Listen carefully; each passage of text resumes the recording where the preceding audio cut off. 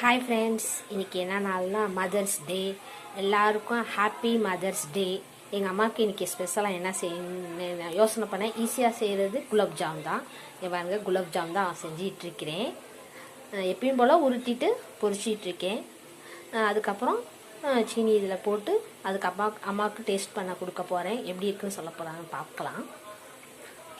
குட்டி குட்டியாக உருண்டை போட்டு செஞ்சிகிட்ருக்கேன். இங்கே வாங்க, இதில் என்ன பக்கத்துலனா எங்கள் செல்லக்குட்டி நாய்களுக்கு சாப்பாடு வெந்துகிட்டு இருக்குது. அது பக்கத்தில் தான் நான் செஞ்சிகிட்ருக்கேன். நீங்கள் மதர்ஸ் டே அன்றைக்கி அவங்கவுங்க அம்மாவுக்கு என்ன செஞ்சு கொடுத்தீங்கன்னு எனக்கு கமெண்டில் சொல்லுங்கள். ஃப்ரெண்ட்ஸ், ஆல்ரெடி உருண்டை பொரிச்சு வச்சுட்டேன். அடுத்தாப்பில் பாவு காய்ச்ச போகிறேன். இங்கே பாருங்கள், சீனி தண்ணி எல்லாம் தயாராக இருக்குது. இங்கே பாருங்கள், பாவு காய்ஞ்சிருச்சு. அதுக்கப்புறம் நான் உருண்டை செஞ்சதை எடுத்து போட போகிறேன். ஏலக்காய் தட்டி வச்சுருக்கேன். இங்கே பாருங்கள். மா எப்படிமா இருக்குது? சூப்பராக இருக்குது, நல்லா இருக்குது.